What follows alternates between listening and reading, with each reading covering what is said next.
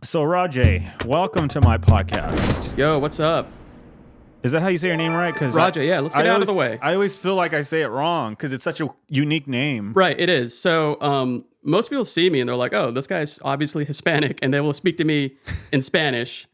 And so then I'll respond back because I ¿Cómo took... estás? Yeah, right? I'll respond back because I took Spanish in high school, but like, it's like California Spanish. So I sound like a guy that should know Spanish but doesn't. So like, I'm like already a disgrace in their eyes. It's like, wait, hold on. I'm not Hispanic at all. I'm like 100% Indian. And like, even Indians have a hard time accepting this for some reason. Oh man, Yeah. I'm so sorry you have to go through all that. Oh, you know what? Like, it made me who soul. I am. Like, it made me like embrace my uniqueness and like the ability to sort of like stick out in a crowd or like do my own thing. Sure. And that's kind of defined me as even as like a little kid. Like, I always felt like I was a bit different. I grew up in Orange County, by the way, Nice. in good old Huntington Beach. Very cool. And that's my hometown. It's changed a lot, as you can imagine. Yeah, let's go into it. Like Sure. when you were a kid, a youngin, like tell me about your upbringing. Like how was it being raised? Were you obviously did you go vegan right away? Good question. I'm building this up for the vegan story, I love but it. I want to Yeah. hear your origins. No, it all ties in. It all ties in. So, born in Huntington Beach, I'm the youngest of three boys. I'm older than I look. I was born in 1980. Wow. Yeah. Yeah, you do look very young. Thank you. And I always feel bad, like saying, "Oh, look how young I look," but it's like that's just who I am, you know. Grew up in a small Indian family, I guess. And there, sorry, I should say I grew up in a time where there's like a very small Indian community in Orange County. Uh-huh. And we always felt like a little bit of like sort of different than everybody, obviously, like all my friends were white. Asia started coming in and like now it's a lot more diverse. But back then it was like, wow, I'm already like just sticking out. Yeah. My parents came from India. So they were born what's called pre-partition India. And if you're a history buff, you know what that is. If you don't, pretty quickly, India used to be controlled by the British. Indians were exploited. And, that comes back to the animal rights thing because we're anti-exploitation here. Yep. And so when they divided India up and to give it its independence, they split it into multiple parts. And two of the big parts were Pakistan and India. But those used to be conjoined as one country. Really? What was the country called? It was just called, it was still India, but it was the British Raj was controlling it, which means like, Britons were controlling India. Like imagine, China sends its envoys here and they're controlling America. Like it's so bizarre to think about, but that's how it was in India. People that had nothing to do with the country ethnically or historically were controlling it. And it goes all the way back to the British East India Company. And this is going all the way back to like, colonialism. That's all it really is. And so when they split it apart, it was really messy. I read a really good book. I recommend it. It's called Midnight's Furies, about the actual process of it. Yeah. And just how it was just completely messed up. But basically what happened was they divided it into Pakistan, India. Pakistan was the Muslim part. India was the Hindu part. Generally, not 100%. Sure. And so if you were a Hindu on the Pakistan side, you had to go. And I won't get into super details, but it was really dangerous for my parents to be on the Pakistan side. And they decided, let's move to the India side. And so they had to. And they were little kids. They were like 5 years old when they moved. Wow. Yeah. So it was a very difficult time. Anyway, they had to kind of resettle. They were a bit of like refugees, but they really persevered. They did really well. My dad was one of the top students in the country when he was growing up, and that got him to University of Michigan, where he got his master's. Then he worked for IBM, which is funny because I bring up IBM now. People don't know what that is. It's like, they're like, I've never heard of that. And it's like, IBM was like Microsoft and NVIDIA and Amazon, like all rolled into one in terms of power back then. Like it was the power of technology. Oh, yeah. And so that was a really prestigious job. My mom's also both my parents are brilliant. My mom came to America with like an Indian law degree, but she decided to pursue a master's in business. And she did that in Connecticut. And so my mom and dad met through my uncle, my mom's brother. And so, they got married in New York, moved to Ohio. And then my dad just got a call one day after being dissatisfied with his job in Ohio. And they're like, said, hey, we got an opening for you in Newport Beach, California. My dad never heard of Newport Beach. My mom barely knew what California was. And my dad came out to SoCal, where we are now. And it was just like, he was in love immediately. That's so cool, man. And they drove cross country and they settled down in Huntington Beach. Huntington Beach is super racist too, though, isn't it?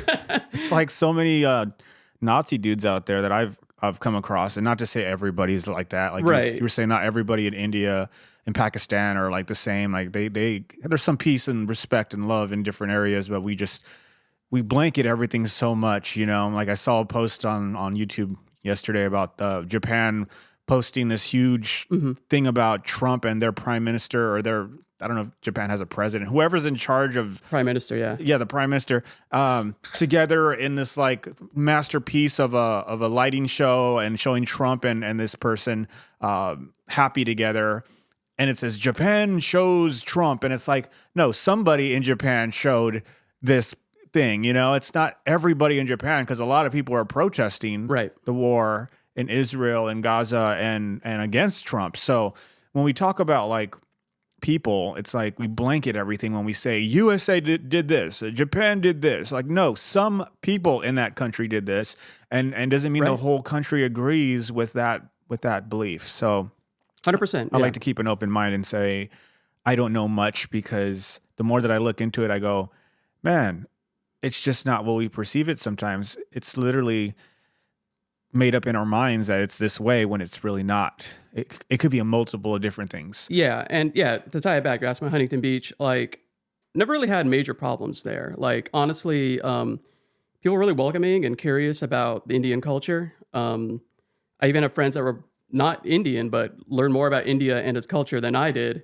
Yeah. And kind of put me to shame, which is it's just okay. We all go at our own pace. We all like different things. Yep. But honestly, like when I was in high school, like I got elected to be president. Wow. And I ran against someone who was ethnically white, amazing person. And so, if they were really racist, why would they do that? I don't know. And so, and I don't know, maybe it's because I'm from South Huntington Beach, which South side. which is more like working. It used to be more working class. It actually, like, a lot of that area is established for engineers to work at like Boeing and I think the power plant historically. Like my high school is named Edison, but after the power plant. Go Chargers. But I never had like major issues. It wasn't like I was physically abused or beat up, or like people targeted us Yeah. because of race. As president, though, what did you do for some of your stances as a president? Oh. Were you vegan at the time? Did you demand veganism? My fellow Americans.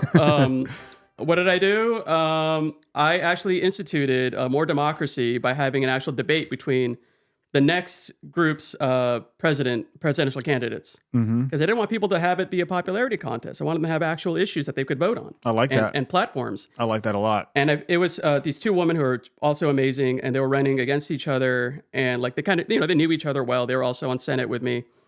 And they had to kind of debate each other. And they were so nervous, I could tell. And I felt so bad putting them in that situation. And they did not continue that tradition. Yeah, a lot of pressure. It was a bit of pressure, yeah. And I didn't really think about it that way because I just was always putting pressure on myself as a kid. Yeah.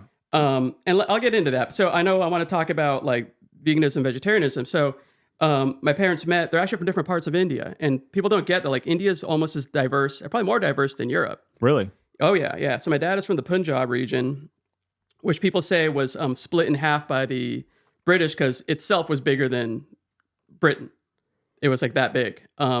But Punjab is home to a lot of amazing people, people that like to dance. I am not as good a dancer as them, but I like to dance. But in the Punjab region, a lot of people eat meat out there. So my dad has always eaten meat.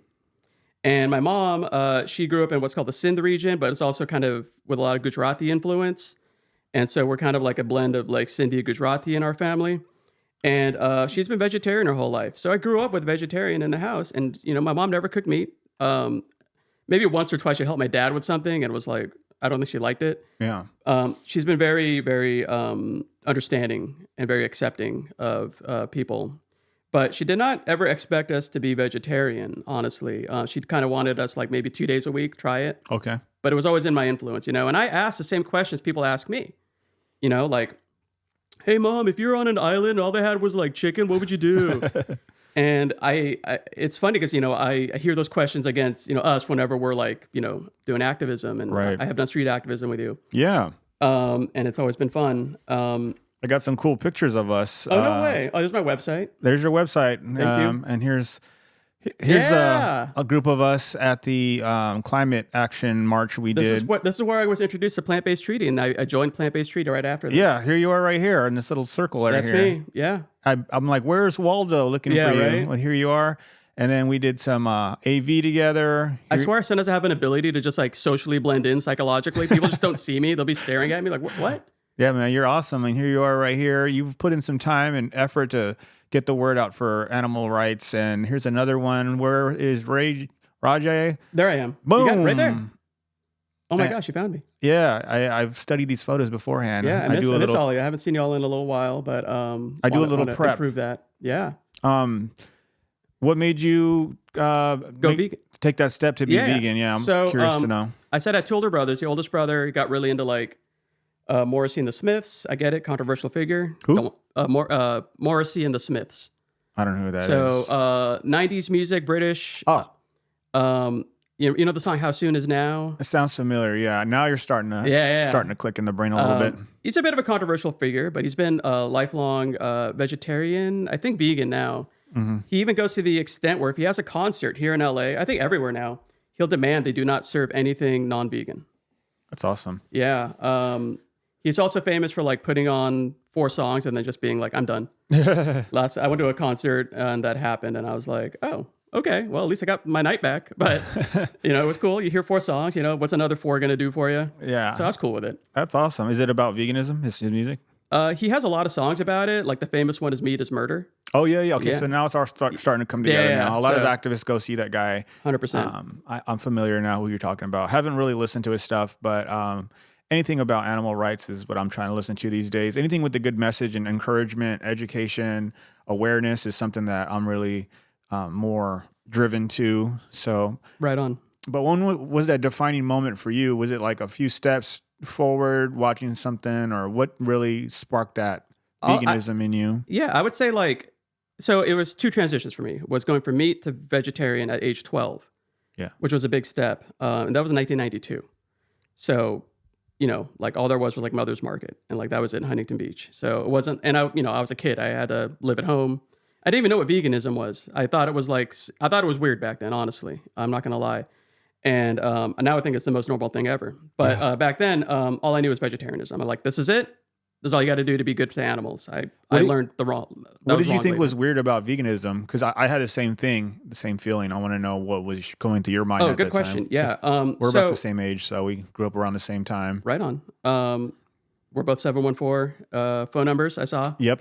But yeah, growing up, there's also a community within India called the Jains, Jain. And they're, not all of them are, but a lot of them are vegan because they believe in a very strict way of not causing harm to any living creature, living being like an animal. Some like even wear like covers over their mouth so they don't like harm insects. Like it can go extreme. But it runs the gamut. And so people like cousins said like, oh, these Jains, they went to Magic Mountain and like they went on a ride and they passed out on the roller coaster because they were so weak. And I was like, oh, that's what a vegan is. Oh, they're weak. Okay. And then I was like, okay, that's too extreme for me. That's kind of how it stuck in my mind. Yeah.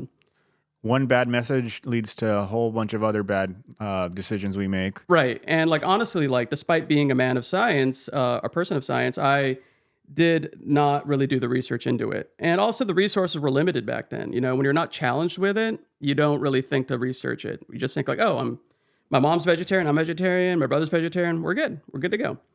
And so it's kind of like this sort of like, I don't know, the way to think about it for me is like in video games, when you have like a map and you haven't explored it, it just shows like clouds or it's black. And it's like, that's where that part was. It was just out there. And I'm like, I just didn't know about it.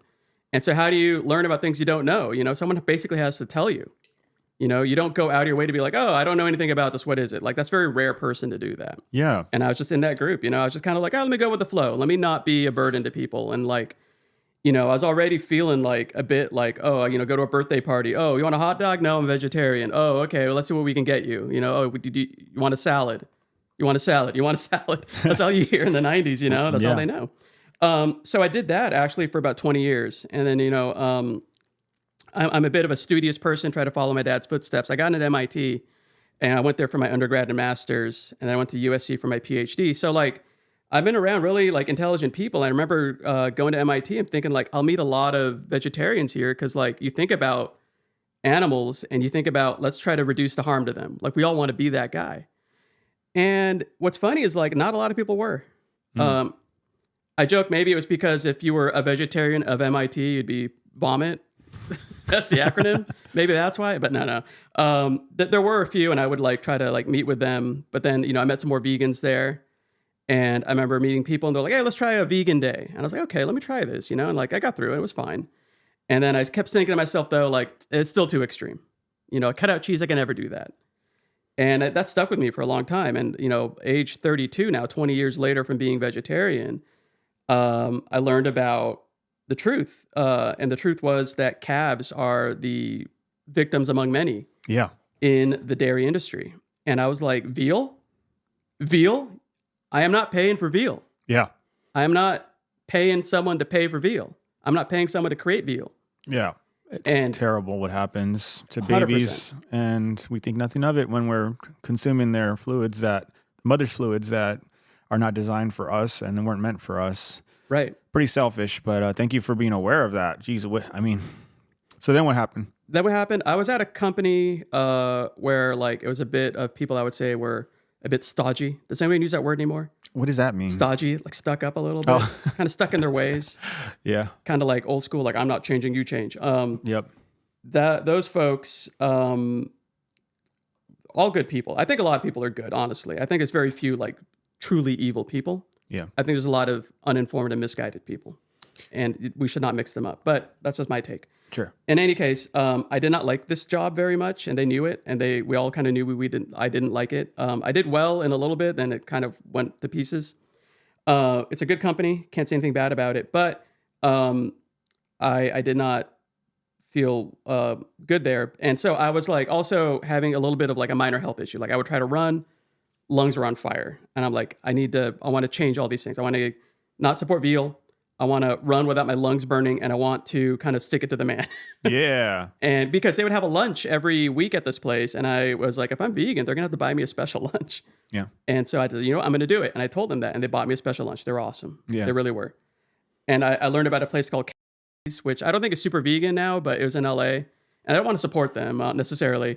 Maybe bleep the name out, but yeah, there you go. They did have a really good sandwich. I was like, wow, like the turkey in this is plant based and it tastes amazing. And I Right. was like, okay, I'm hooked on this. I'm doing it. And I did this routine. I did like a detox procedure, right? So I still had that craving for cheese. So what I did is I bought a bunch of avos. I'm like, I want something creamy. Have an avocado. Yeah. And so I first cleaned out my refrigerator. Bought nothing animal based ever again. I had a plant based refrigerator. I sanctified it.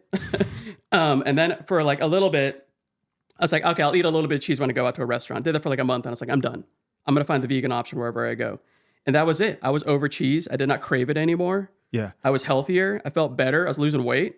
I felt good about myself, and I felt good about what I was doing. Similar, yes, for me. Yeah, So tell me. the calves were the Yeah. spark for you. Like, I can't pay for this because these baby cows. You saw a video or something? Someone just pointed it out to me online, and I was like, oh, I never made that connection before. Yeah. Like, this was easy for me now. Just to be like, there's a lot of reasons now to do this. Right, right. Good for you. Way to be ethically inclined to see the truth for what it is and make that change. Yeah, and Similar- I'm going to tell you, as a man of science, I can prove it. I have a lab coat here. A Yeah. little too hot to put on, but people look at veganism, and what's the first thing they say, right? It's like, oh, that's hard. And you know what? You learn as a scientist or an engineer, or anybody really who goes to school or anything in life. It's like, if you see a problem and you avoid it, that's not the right way to handle it. Sure. Avoiding problems causes bigger problems. Right. It's not, how should I say, the noble thing to do. Not just for us, but for the entire planet. Exactly. We're all on it together, and there's going to be repercussions when we continue to behave this way. And we're seeing it with terrible earth conditions we're seeing, and just the behavior of human beings. It seems as if we're cursed in a way because we don't want to change. And that's what made me change. Was similar to Yeah, you. tell me, yeah. My health, like, was my priority. I always wanted to be healthy growing up. I've always been thin. And then as I entered my 30s, you know, all the alcohol's caught up, all the burgers caught up, all the pizza caught up. And I wanted to better myself. So I'd watch Netflix and I'd watch some documentaries and I'd be like, okay, you know, this is how you do it. You know, I'll start juicing and I'll start doing this and that. And went vegetarian for 2 years. And when I was vegetarian, I was just like, I did it. I'm different. I'm better. And then I watched more documentaries and I'm like, okay, maybe there's something else to this, you know. And the word vegan, I heard it in my lifetime and maybe even my 30s or early 30s, late 20s. And I was like, that seems like kind of weird. Like dudes in a jungle somewhere eating things off the floor or whatever they can pick. They pick. That's what my first impression. Interesting. Yeah. Very ignorant, very, you know, where our minds travel when we're ignorant. We don't know where we're going. We just start thinking and putting things together that people told us. And then I met a girl at work who was vegetarian. I put veganism and vegetarian together as the same thing. Sure. Like most people do that I meet. Do that. Yeah, it's the same thing. VEG*N. Yeah. Vegan. What does the President Trump say? The vegan, yeah. People from the star system Vega.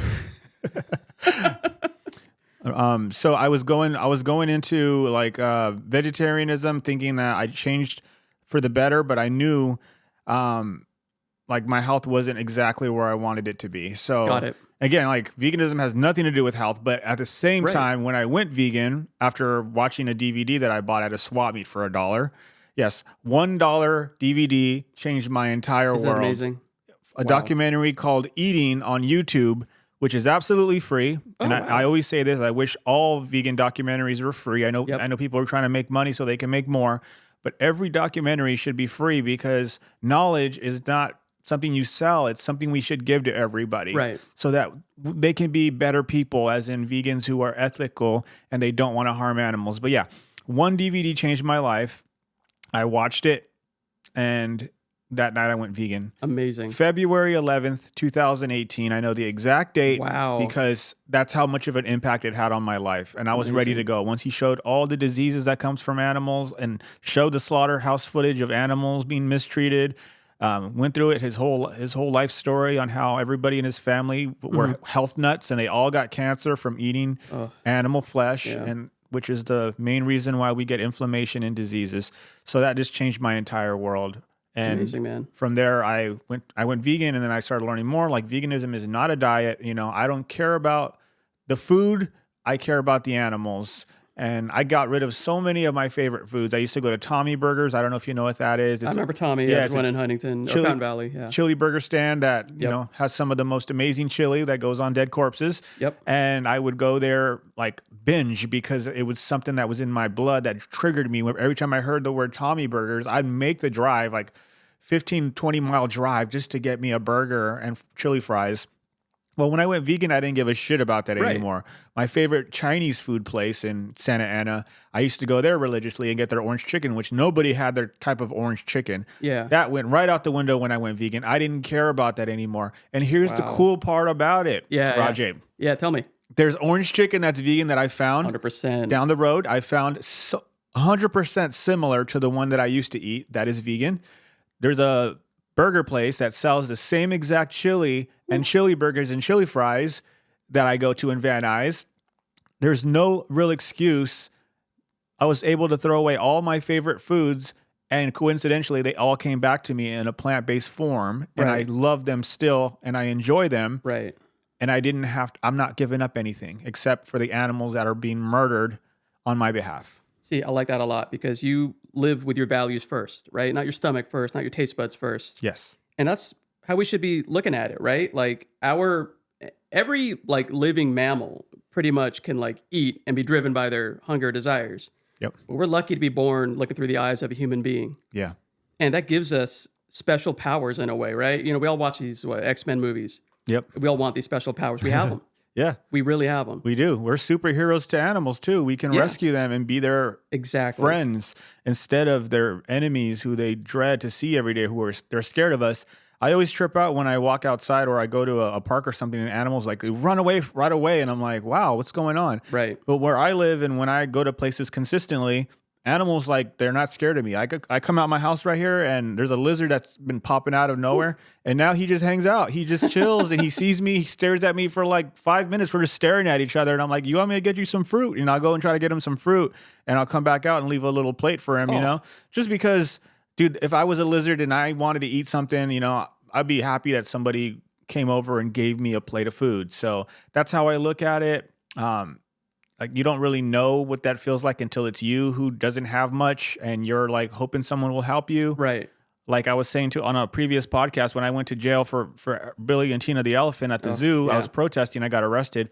Yeah, I was in that cage, and I'm thinking, like, who's out there for me? Who's got my back? And when I got out of the jail after 12 hours, there was vegan friends waiting for me, and it was like, Amazing. that is beautiful. Like, I didn't expect that, and I didn't demand that, but Right. that just shows you the vegan heart, that we're there for each other, and we should be there for each other because we're on this mission to liberate all.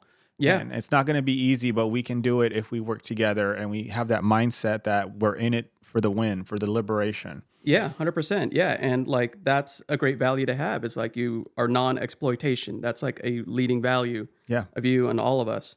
And like I think it's important to like bring up these conversations with certain people because we have a society where like if you talk about morality, like just saying the word, like everyone just kind of shuts their ears off and just breaks down. And it's like, why is that? Yeah. This should be part of our almost daily conversations, in my view. Absolutely. The world, the future depends on it. The future generations depend on it. Right. If we're not thinking ahead of time and thinking about what we're going to leave behind for the next generations, we're talking air, water, Yeah. the floor that we stand on with all the trash that we have going piling up. Like, what are we doing if we're not making this world a better place? Right. Yeah. And, we all, and I'm not saying we have to debate morality. Like, we can do that till the cows come home, as they used to say, right? But we need a better vegan version of that. I've heard that term. Do that till the crows fly south. There we go. But, we should be able to at least talk about our shared sense. And a lot of people, I think almost everybody, shares a sense of like, yeah, you see an animal, you don't want it to be harmed. Yeah. If you see someone kicking a dog, you're going to get up in arms. Sure. And we have to like lead with that sometimes. And like that's been kind of one of the guiding principles behind my version of activism. We all have like slightly different versions, but we're all very aligned. But the thing is, like, I like to think about it as a way to find people who are in their hearts pretty much vegan, Yeah. but not in their stomachs. Right. And they have to get those in alignment because I do honestly believe if you walk around with that kind of cognitive dissonance, which I say is akin to like a knot tied in your mind, it has these secondary effects that do affect your life. I think it makes it harder to concentrate, harder to find inner peace, harder to be calm. Yeah. And it can interfere with a lot of things in life because in the back of your mind, you have something that you have not resolved and you live with that every day. Yeah, yeah. I feel like these are the new addictions of the planet. Cigarettes in the 50s and stuff were like a big thing, and so much propaganda promoting it that it's good for you, and even pregnant women should smoke cigarettes. Did you see those ads and stuff back in the day? They're Like Mad Men style? Yeah, they're on Google. Like you can look them up. From all the propaganda about smoking was good for you, and it led to like serious addiction. Still is one of the biggest addictions. I see so many toxic people smoking these terrible things because they are addicted, and I feel like that with food. These scientists have figured out, not all scientists, but some scientists have figured out what triggers the brain to get people more and more addicted to some substance that they put in this food. And even with milk, that's like a natural thing for mothers to give to their babies. And all of a sudden, like, we're giving it to humans. Right. And then, like, they don't want to get rid of their milk. Like, this is my milk. No, it's not. But you're drinking it anyway, and you think it's for you. But you're addicted now, and I'm trying to pull that cigarette out of your mouth, so to speak, and say, stop doing that. Right. Stop it. It's not yours. And that's what I feel like we're dealing with. Yeah. A society filled with addicts. And I don't know how to solve this problem because, I mean, you're a scientist. Yeah, yeah. What do you think about that? There's a lot you threw at me, and I'm going to try to work on it. But yeah, I want to bring up the milk thing real quick because, I'm Indian, and like Indians love their milk. They love their ghee. They love their paneer cheese. It's not theirs, though. Exactly. They love the cows, right? Yeah. And there is a culture of it's not worshiping the cow, it's holding the cow sacred. Yeah. All life sacred. And when you tell people about the exploitation that goes on in the farms, it's almost like the fingers go right in the ears. And I think that's got to change. The Indian community should be leading this charge, not failing. Like I find Indian restaurants have the least vegan options now. The least. Because everything's got ghee in it. It's got butter. Even Yeah. the rice. I want a bowl of rice. You get that at Chinese, Japanese restaurant, or anything with East Asian. It's like no butter, normal rice. You can just have rice if you want. Yeah. Rice, vegetables, tofu, amazing meal, and you do amazing things with that. Indian restaurant, not so much. Sometimes all you got is like the chana masala, which Yeah. is fine, but I hope other Indians that are watching this don't give up hope. Like, just keep talking about it. And this is, and to answer your question, like the best we can do is show people that we're not like, I mean, we're weirdos, but not in a way that should make people uncomfortable. Yeah, I mean, weird is a vague word. We can say anything's weird, like this room is weird. Look at all these colors, man. Right. Like I'm tripping on some drugs. Weird is a very vague word that we can throw at anything and say anything's weird. Trump's weird. Biden's weird. Gay people are weird. Straight people are freaking weird. I think normal's weird. Yeah. It's just a word that to me is just going to confuse people more as a way of not understanding and being dismissive. 100%. Like when people say the word cult, what a vague term to say that someone is in a cult when like vegans are in a cult. What do you mean cult, man? Like anything can be a cult, part of a culture, like American culture. Like is that a cult if you believe in that mindset, if you were an indigenous person? So it goes on and on and on. Yeah. But my point being, like your shirt says it all to me, like got oat milk, Don't eat the homies. Yeah. I love that. Yeah. Do you recognize, I'm trying to talk to society real fast. Do Sure. you recognize there's an alternative that doesn't lead to this so-called sacred animal that you respect, to not having to use them for a different purpose? Let them be their own purpose. Yeah. Leave them alone. Leave them alone. I mean, you can still be friends with them. You can still hang out if they're hungry, give them snacks and stuff, and give them a brush, Go to a sanctuary. Go to a sanctuary and create a better world. Let them free, but don't use them because they give you something, and that's the only reason why you want to be around Yeah, them. they're not products. They look through their own eyes like we do.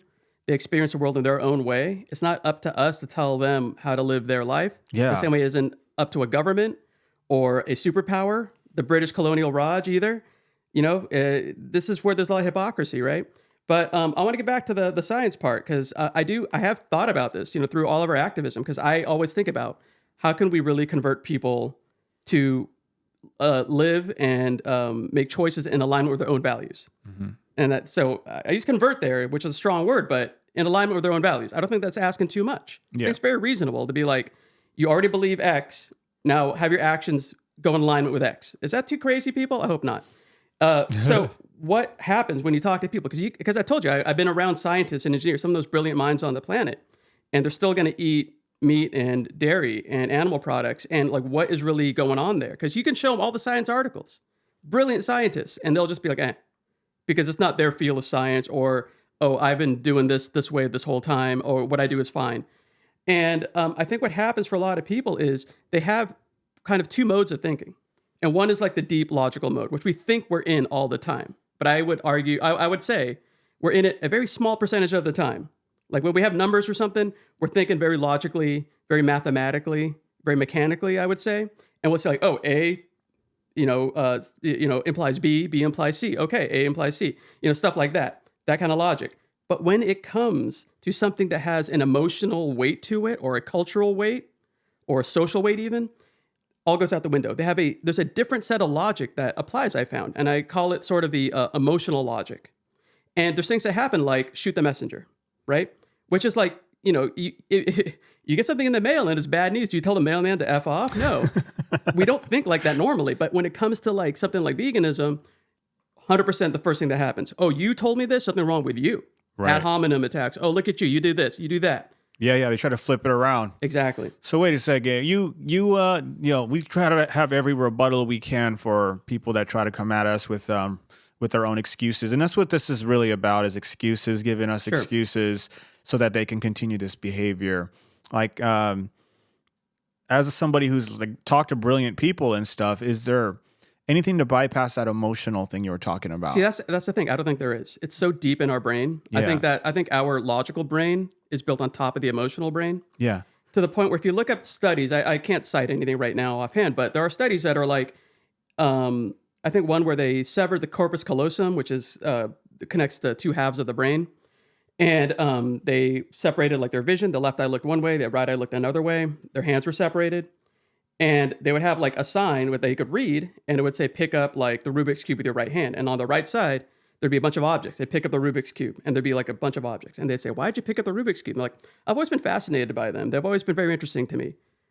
Their brain did not realize that that sign told them to pick it up. And they made up some emotional sort of reason for why they did that. So I think there's some evidence to suggest that you kind of use emotions, we use logic to back up our emotions. And this is more from like my experience with people. If they have an emotional feeling, they'll find all the logic they can to support it. It's not scientific at all. Our brains are not inherently rigged for science. We have to kind of learn how to think scientifically as human beings. Were you emotional when you saw that calf, or when you were told that information about the calf? Where I'm going with this is, Sure. I saw the footage from, I was very desensitized. Let me back up. I was very desensitized in my 20s and 30s. You know, the internet has kind of warped my brain. It warped it in a sense of like, oh shit, this happens, but it's happening and I can't do anything about it. Right. So over the years of watching the internet and watching, you know, fights from people beating each other up, and, you know, sometimes animals getting hurt on video, like people throwing dogs or something, and something crazy, getting hit by cars, like people getting hit by cars, animals getting hit by cars. It piled up in my brain that I started not to feel for their pain, right? Right. And my little sister, who was the one who literally told me she wants to be vegan, I'm like, no, I think that's a terrible idea. You need meat. Like I know a girl who's vegetarian at work, and she faints a lot. And you're going to have the same problem because, and little did I know that girl just had bad blood circulation. Oh, wow. So I made a stupid connection that wasn't accurate. But my sister pressed on about it. And keep in mind, she is like 12 years old at the time. This young kid changed my world because we started watching the documentaries together. Right.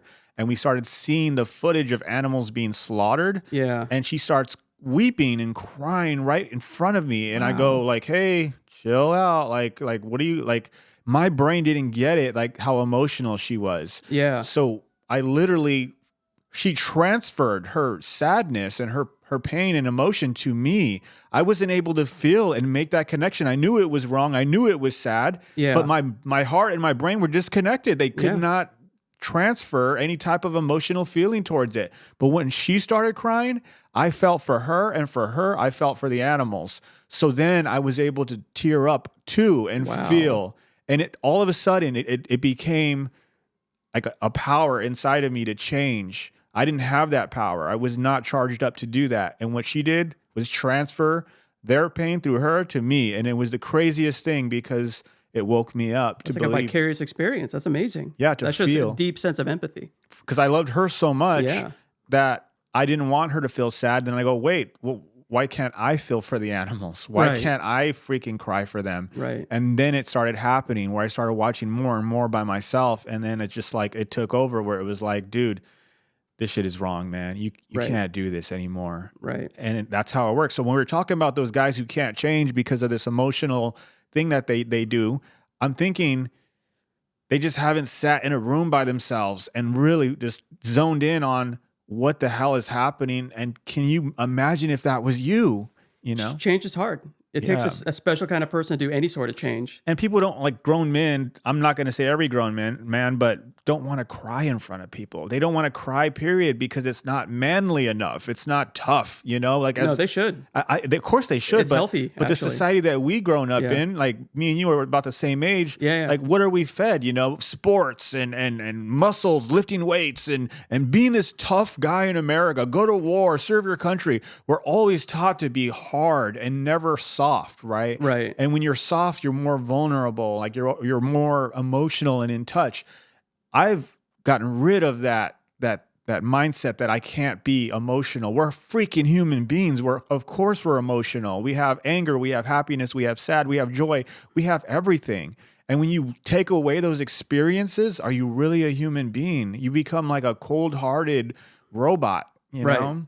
You become, sort of a symbol of toxicity. Like it's not really helping anybody, even yourself. Like what is this really showing people? That you're fragile, that you need to like do all these crazy things in order to maintain your ego. Like I said, that's an ego-driven way to live. Yeah, and ego-driven ways of living, I'll tell you, are weak. We've seen multiple times at the cubes where people walk by and they laugh and they think it's funny. Oh, they'll throw pamphlets. They'll take our pamphlets, throw them on the ground. Yeah, but the whole mentality that this is funny is just a reflection of how they can't show their real emotion. Like, very true. To break down for someone else in front of everybody. Some people do cry in front of us, but for the most part, people don't really want to cry in front of everybody. Because why? Is it a weakness? No, it's a human being trait that we all carry, and there's nothing wrong with feeling for someone else, especially when they're, being killed, man. Right. There's a time to be strong, and I get that. And it's a time where we kind of have to sometimes, let's face it, we have to shut off our emotions sometimes, right? Oh, yeah. Like we can't be sobbing while driving down the 5 freeway. That's not going to help anyone with traffic, right? I do that sometimes. Well, you're a better man than me. I'll be watching a sad documentary or something while I'm driving, and I'm like, oh man, I can't believe it. This is so sad when something really sad happens. But I have no problem with crying. Like you were saying, good on you. It's a good thing to do Yeah. when it comes to venting and letting out all your stress and frustrations, especially when it comes to something so sad as in an animal being abused or a human being abused, being taken away from their family.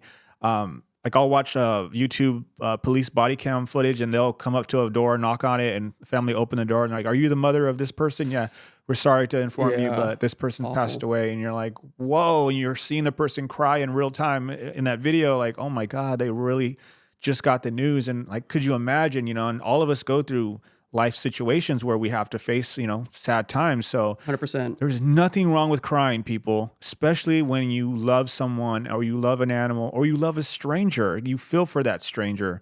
If we can get back in touch to that, we're going to be less eager to go to war and be violent and be more compassionate towards this one opportunity that we have in this world. It's called life. Exactly. That's all we have is one life until who knows what happens afterwards. Yeah, shouldn't we be more like the people that we see on movies, the heroes? Because we see them and we like, oh wow, these are aspirational figures, right? Yeah. But then people go home and they're like, oh okay, that's over with. But it's like, hold on, we can all be heroes now. Yes. When you don't have to sacrifice much to be a vegan these days. It used to be, I would say maybe in the 90s, it would be harder to find food to make a lot more at home. But now it's like everywhere. Everywhere there's vegan options. Oh, yeah. So it's like, what's really stopping these people? I think it's just misinformation at this point. Constant manipulation. I recently made an Instagram called I Hate Humans. I know it's not the most positive name, but it basically shows Catchy. all the ads that we see when we're scrolling, and you'll see, try our new Domino's pizza. It's only $6.99. And they're showing you the pizza and they're eating it in front of the camera. And I go, wow, like they're constantly just going to keep replaying this in our brains. The brainwashing never stops. 100%. It never ends. Kids are going to constantly be manipulated to think this is okay because you're enabling them. Every 10, 15 minutes when an ad pops up on YouTube, kids are not going to question that right away if they don't have that critical thinking skills. They're going to be like, ooh, that looks good. I want that. Yeah. And veganism goes right out the window because, again, they're becoming addicts to this food that's not even food. It's all chemicals and poisons and death. Like, come on, what's going on with our society? Why are we doing this in the name of profit, in the name of exploitation, so that these animals can constantly be recycled, killed, born, killed, born, killed, born? I think a lot of it is people just don't want to be away from the herd, like the mainstream, which is really a herd. Yeah. And they're afraid to stick out. People don't want that extra attention. They don't want to have special set-asides or whatever they think is going to happen. Yeah, because we've been taught our whole lives, don't get in trouble, little Johnny. There you go. Stand in line with everybody else. No, don't talk right now. Be quiet and stay in line. And don't question what we're going to put in your mouth right now. Yeah, but who do we respect? The people that step out and be like, hey, I'm going to volunteer. Yeah. I like firefighters because what do when there's a fire? People like me, we run away. What do? They run into it. Yeah. We respect them. They put their lives on the line for the innocent animals and people that are in there, and they don't have to, but they chose a job that they choose to save people's lives and animals' lives. I give them massive respect for that as well. Yeah, so anyone watching, like if you're vegan, if you know someone who's not vegan, if you're not vegan yourself, like think about this. Like if you see animals suffering and it makes you feel bad, don't think you're powerless. Yeah. You have a lot of power. Every decision you make is a vote. And if you vote to say, hey, I'm going to enable more animal abuse, torture, and exploitation, that's where your vote goes. You don't believe that. I can tell you, most people don't want that. They Right. don't want to be that psychopath. They never want to be the one doing the dirty work and killing the animal, but they'll pay for it and say, hey, so we got to eat. And it's like, no, dude, don't do that, man. So Right. I totally agree with what you're saying here. And I also want to point out that like a lot of cultures and sometimes even religions, they have what I would say is sort of a technicality that a lot of people exploit, which is like, there's a lot of things that are like, don't kill, don't be a bad person, golden rule. But they don't say a lot about, well, what about when you support someone that's going against those things? That's a gray area a lot of times, I would say. Yeah. And like, that's got to change. Like if you're paying for something and you know what they're doing with your money and you know it's against your own values, that's the same as doing the thing. If I hire a hitman to kill someone, I'm a murderer. Yep. Anyone who does that is a murderer. And you'll be charged. And you'll be charged. Just but, as one. Yeah. Yeah. But if you're like, I don't want to hurt animals, if you pay someone to hurt animals, you're hurting animals. Exactly. You need to know this. Now, how do you feel about like the more of a hardcore approach? Like AV has a new masterclass. It's not new, but I recently went to one in LA and recorded it. And it was really insightful because I learned more about being more sharp with my words and being straight to the point. We're not here to debate oppression with these people. Sure. We're here to tell them the truth on what's going on and for them to stop that behavior immediately. But how do you feel about that? Because you're such an open-minded person. Sure. And you kind of analyze every different angle you possibly can. I feel like we definitely can do many different forms of outreach. For AV, there's a particular way, and I totally respect that because these people that put this program together so that we can be trained a certain way to all work together. If we're saying different things, it kind of makes it weird. I think it's important to have different approaches. And I'll get into that specifically. But first, let me I'll tell you my whole model for how activism works. And imagine a hoop, like a hula hoop, stuck in the mud, and you want it to turn. There's no central spoke, no central axis, I should say, no spokes tying everything together. So how do you move that hoop? Now, let's say the hoop is divided into 4 parts, 4 quadrants. So you got one quadrant of your social network, people that you know. You have another quadrant of celebrities. You have another quadrant of like scientists. And I would say another quadrant of like media, television, movies, etc.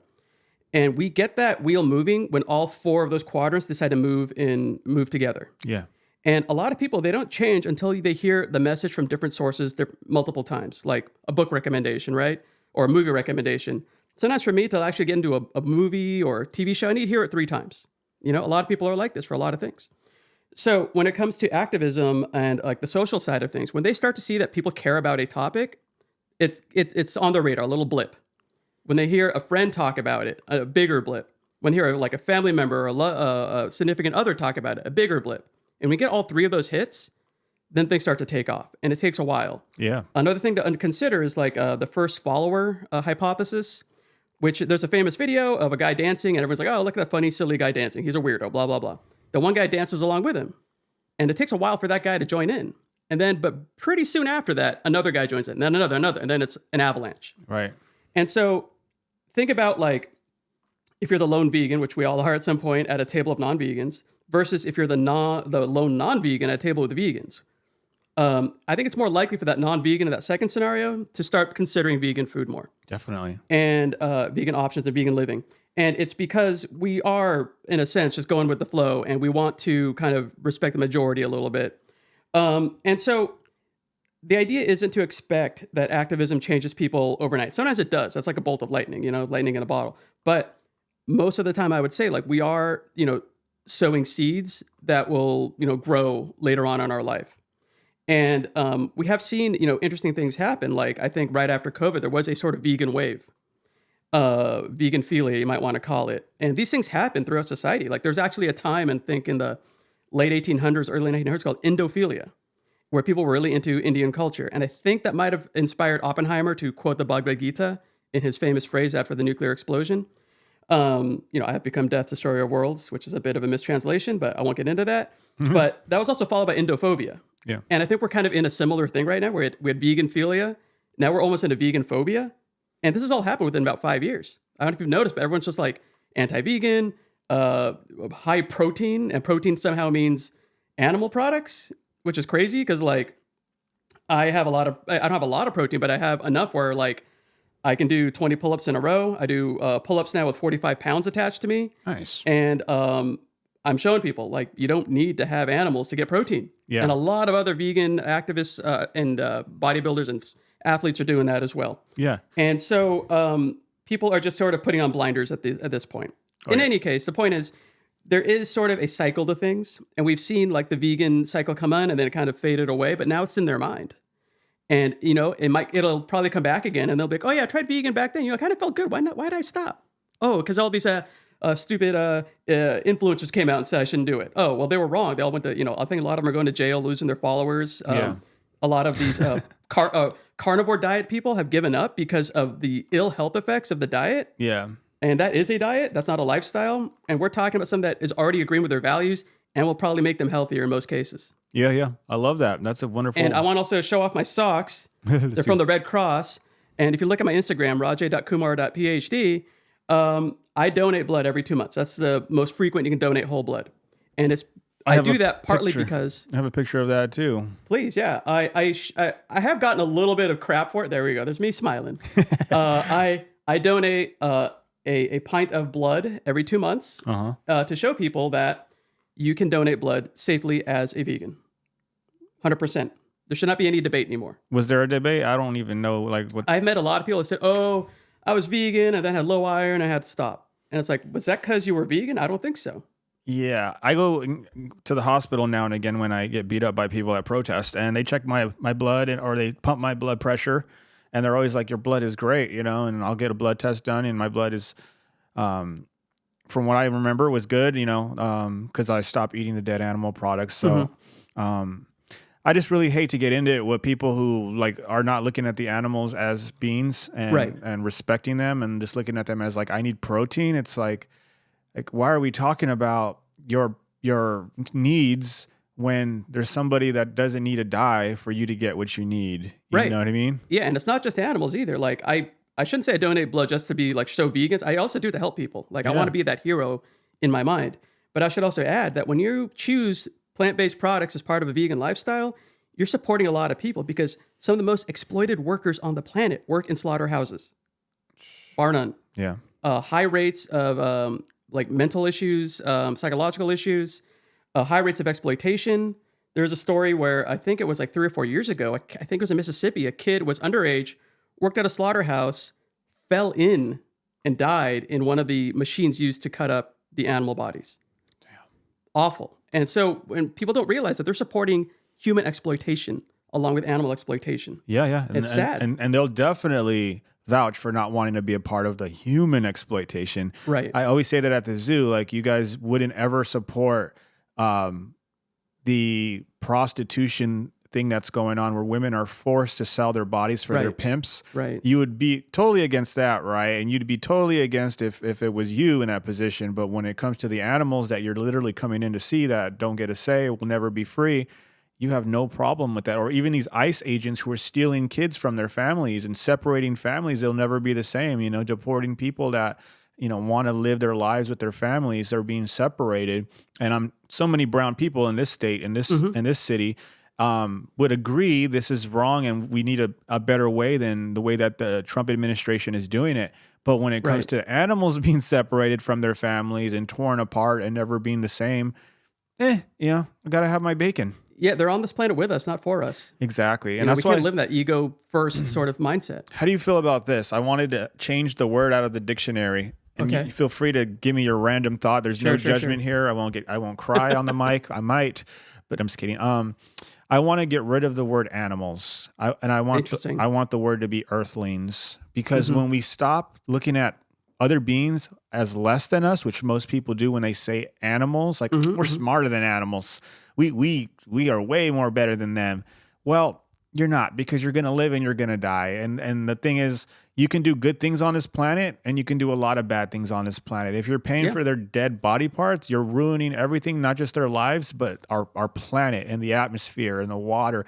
Everything that these slaughterhouses drain into the oceans affects us. And it's still not fair to the animals at the end of the day. They don't care about being slaughtered or earthlings being treated nicely. Yeah. They care about being on this planet and enjoying all the sensations we want to do, like water, sleeping, being with our families, having babies, you know. These are things that humans want to do. Yeah. Animals, earthlings want to do it too, because we're all freaking earthlings on 100%. This planet. Here's my take. And get ready, it's going to be technical Yes, do it. because I'm a technical man. You know the word, a tomato is a fruit, not a vegetable, blah, blah, blah. Yep. Okay, here's the thing. It's culinary, a vegetable. A tomato is a vegetable in the culinary sense. It is a fruit in the botanical scientific sense. So I will have a similar vein on this, where I will say that in the scientific sense, animal, the kingdom Animalia.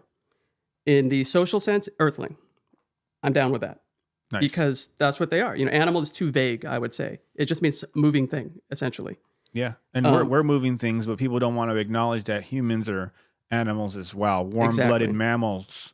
We're warm-blooded mammals, and Yeah. I mean, what is the difference? We have skin. Animals have skin. We have blood. Animals have blood. Here, let's tackle a little bit of like sort of the backlash we're going to get right now, because here's my view on things. I think we should stop forcefully breeding animals. That's 100% exploitation. So we get a lot of people saying, oh, you're going to let all the cows roam free and the pigs and sheep and just take over the world? That'll be crazy. Of course it'll be crazy. We're not stupid. What will happen is we stop breeding them, make breeding done, have one final generation, and then move on. Now, I'm not saying this has to be law. I don't think this should be forced on anyone. That's my personal view. A lot of people disagree with me on that, and that's fine. But I think, we should have a cultural revolution where we want this. I think that's the best way for this to occur.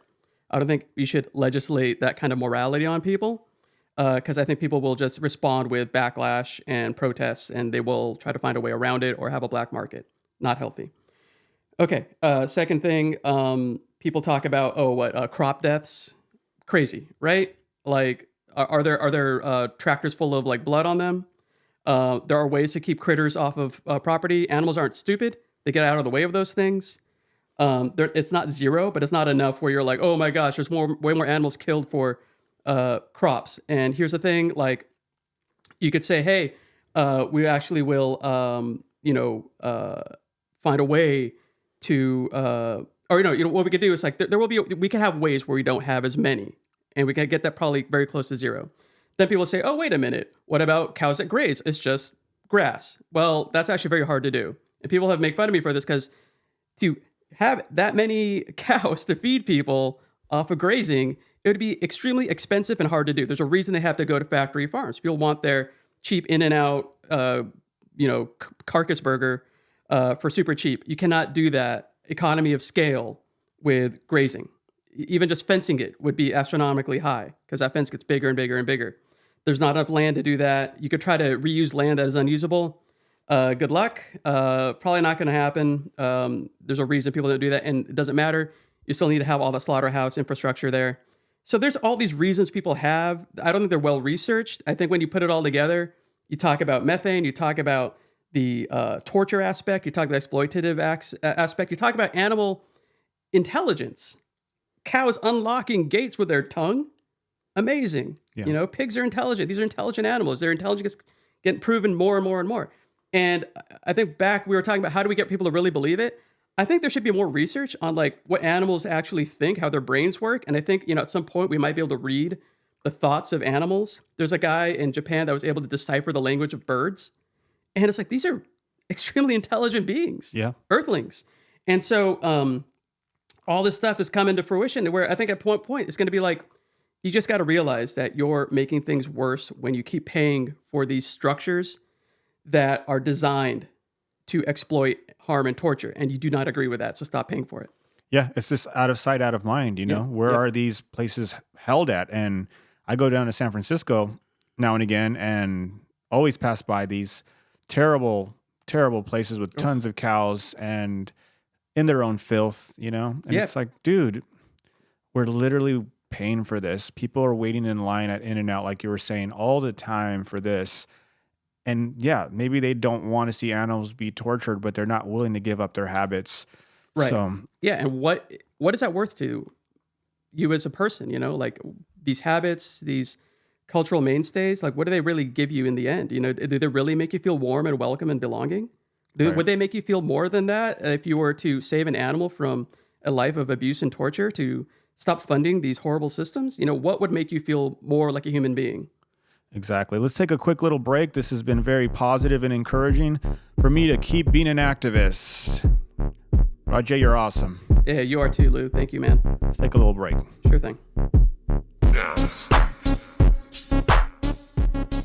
How long have we been so far? 1 hour.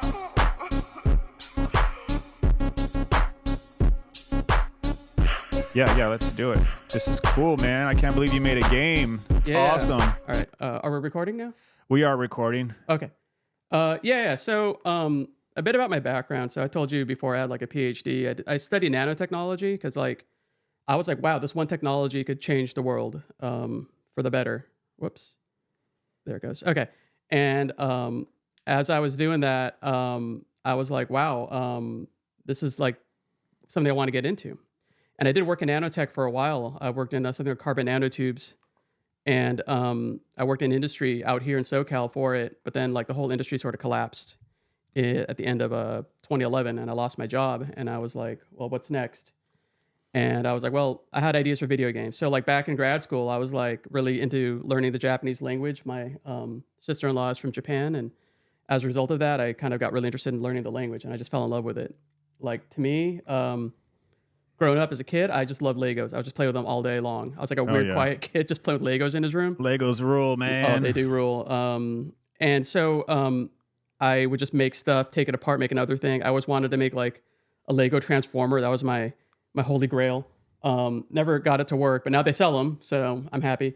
But I Bring that microphone a little bit closer. Yeah. Sorry about that. You can stay where you were. Just bring it a little bit closer to underneath your voice. There we go. There it is. Okay. That's it. Now you Awesome, sound high quality. Awesome. So I wanted to. I was studying Japanese, and I thought this is a lot like Legos in my mind. Like for whatever reason, my mind was like, oh, like all these parts to each verb and all that. It's almost like you can interchange it like Legos. And I was just like, I'm hooked on this language. And like I wasn't super into Japanese culture back then. Before that, but then as a result, I got into it. And so I've been to Japan about 5 times. They actually have a really thriving vegan community out there and a vegan scene. If you're ever in Tokyo, anyone going to Tokyo, let me know. I'll hook you up with all the good places. Heck yeah, dude. But you can just type in vegan almost anywhere in Tokyo and you'll find a place within 5 minutes of walking now. It's incredible. Don't expect soy milk in a lot of places. What I recommend is get black coffee or whatever. And then buy little soy milk, little juice boxes. You know, they're not juice, but just pour it in. I did that all the time. Easy. I even brought one on the plane with me on the way home from Tokyo to LA and poured it in my coffee on the plane home. Dude, it's really cool to hear about Japan because I've heard the opposite, that Japan is very meat and animal product based in that they don't give a shit about veganism. So hearing a second person tell me something different just goes to show you what I said earlier about the vague how we talk about things. 100%. Like America said this about. Dude, America's a humongous place. Yeah. There's so many different people in America, just like there's so many different people all over the world that don't think the same just because they're in one country. Yeah, and like that's something we talk about a bit. It's like we hear one thing, we don't question it, we just kind of let it sit and kind of fester in our mind. I encourage people like look up stuff that you take for granted all the time. You know, even like what's gravity? Do you even really know? No, I don't. And you know, like I know nothing. People, but like you know, we grow up and there's things we just don't question, right? Like we learn, electron is negative, a proton is positive, but an electron goes around a proton and it doesn't get sucked into the center. Shouldn't they be attracting each other? Yeah. There's a good reason they don't. It's not like they're lying to you, but they don't make you question that thing. Yeah. And I think they should. And there's a lot more things like that. And if you don't question it yourself, that's okay. But now's the time. We have so many resources to learn everything. And one life to live. Let's do it. One life to live. Let's do it. Let's question it all. Let's check out this game too. Yeah. So I learned Japanese and I was like, you know what? There's got to be a better way to learn this. Why don't we take the addictability of video games and the fun and make learning fun? Because I find learning fun. Learning should always be fundamental. 100%. Fun to your mental. Yeah. And I hope people realize, like, you know, as a scientist, we're not like stodgy people with like a stick up our crack and just like, oh, everything's got to be like this and like blah, blah, blah. It's like, no, like we're normal people. We just like think about the world a little differently, and that's all. And like we can all learn from each other. And I learn from so many people. Anyway, exactly. This game is called The Adventure of Spike. Spike is a character I came up with when I was 7 years old. I took a summer school class and I took a language arts class, and they're like, come up with a story. I came up with one about a ninja porcupine. Not so much ninja now, but you'll see. And I was like, I want a game that kind of plays like Legend of Zelda: Link to the Past, and where you can learn things. Yeah. And that was it. So what I came to develop is a game that has a lot of realism behind it, despite it being a porcupine man in an office right now. But yeah, here's Spike, and he's like checking out his computer. And this is all you start out with. This is the beginning of the game. And he just gets like a little report about mining, and he does work for a company called the Zoid Corporation. Kind of reminds me of Zelda back in the day, the Zelda games, Yeah, think of like Zelda in a corporate setting. That's kind of how this game starts. but a porcupine man. But a porcupine man. One thing that you might not get is like that screen on the wall. That's not a painting. That's an actual monitor. And this guy's in a windowless office, and that's how he sees outside. Nice. So it's like attached to a video camera outside. And you can look in the background. Everything mimics each other. All that car going by, you can see it travel there behind him. He looks very high off the ground, like he's in a really skyscraper. Yeah, type you know, building. I made everything here. So every time there's something that you take for granted, like I had to make everything. You know, even like the way that door works, that took a lot of time. Yeah, I totally get what it takes to put Yeah. energy into something and believe in it. Yeah, This and- looks really fun. I also want to emphasize, like, it looks a little choppy right now. The game isn't choppy. This is my portable computer. It's not very powerful, and also the power's not plugged in, so it runs a little slow. So people always wonder, what's this room for? Can you guess what this room is? Let's see. I'm gonna say it's the kitchen. Close. It's bathroom. Ah, And I was like really happy to have this because like most games don't have a bathroom. Why? Everyone's got to go to the bathroom, right? Like, why the hell would you leave that out? yeah. And I was like, okay, I wanted to show people like there's some thought that goes behind this. Like, this isn't just sort of like a, oh, you know, go push boxes game. Nothing wrong with them, but it's like I didn't want that kind of game. All right, so we go in here, we meet our first Zoid. This guy named Terralin. I have a weird thing for names. And he's basically complaining that you're late, and you saw that before he had like a assignment to go test out the VR system, and they're just talking right now, trying to get it set up. But this is all to kind of establish sort of like background information about like the world you're in, world building. Yeah. Because a lot of games are just kind of like straight to the action. That's fine, but I do go straight to the action, but I want to at least give people you know, a sense of like there's more here than meets the eye. Like think of like Game of Thrones. I'm not on that level of George R.R. Martin. I'm not comparing myself to him, but like if you tell someone what's this show about, oh, dragons and sorcerers, it's like no, it's a lot more than that. Mm-hmm. You know, and so there's a bit more to it. One small thing here, if you keep asking this guy, he'll tell you what to do. You see, he points. Can you see that? He points where to go. Yeah. And you keep asking him, right? Just say the same thing over and over again. No, you keep asking him too many times, he just stops talking to you. He's like, dude, enough. Yeah, Go that exactly. way. Look at the finger. And now that arrow, that's funny. That arrow actually appears in my other games. So I've made other mobile games called like Chinese Drop and Kanji Drop. And the idea behind those games is to learn Japanese characters, the complicated ones, with something that's kind of like Tetris. All right, so now you're in the VR thing. That's why you look a little different. Even says VR on the bottom left corner, kind of in a weird font. And so now you're kind of getting used to like the controls of the game here. This is basically a glorified tutorial. And It's really nice. thanks, like the man, lighting, yeah. coloring. I like the colors. Oh, thanks.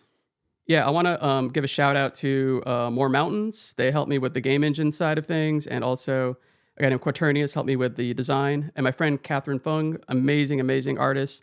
She did the initial 2D sketches of Spike that got turned into a 3D model. All right, here I am just breaking down this wall, and there we go. And now it's saying, now you're trying to break down this ice wall to get through. And of course, this is now, everything's a bit like more fanciful and fantastic because this isn't a real life. And you see every time I hit it, I get 0. We're not doing any damage to it. So I pick up this fire enchantment.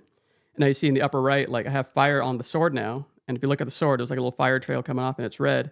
And now I can actually break this wall. Oh yeah. So I want to show people there's like elements in the game. So think of something like Mega Man, which is also, I kind of like to say this game is a mix of Mega Man and Zelda. Love that game. Hell yeah. And Mega Man, a lot of people don't know, but in Japan it's called Rockman.